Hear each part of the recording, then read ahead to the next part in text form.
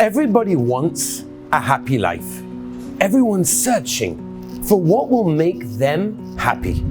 In this week's Parsha, it's described to us about the greatest generation that ever walked planet Earth. This was a generation that saw openly the 10 plagues in Mitzrayim. They saw Kriyas Yamsuf. They saw the most incredible miracles ever to be on planet Earth. And yet, what does the Torah say? The Torah says, Hisavu taiva. They started to get taivas. They were looking for pleasure. And they started reminiscing about the good old days. We remember the onions. We remember the cucumbers, the watermelon. We remember the meat, the fish that we got in Mitzrayim. Seriously? That's what you're thinking about? Those are your taivas? You left Mitzrayim for a very good reason. You were subject to terrible slavery there. It was a terrible time. You left. Now you're free. You're remembering those times? Because often we're looking for the outside to give us happiness, to give us pleasure, without the realization that happiness comes from within. Malcolm Forbes lives in America, and he is the publisher of the Forbes magazine.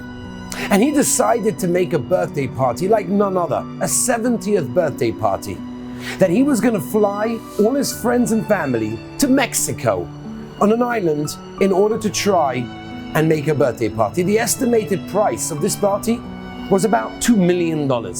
Wow, that's what gives happiness. When you do things on the outside, you just look for happiness, but you never find it. The American dream is the pursuit of happiness. You know why it's the pursuit of happiness?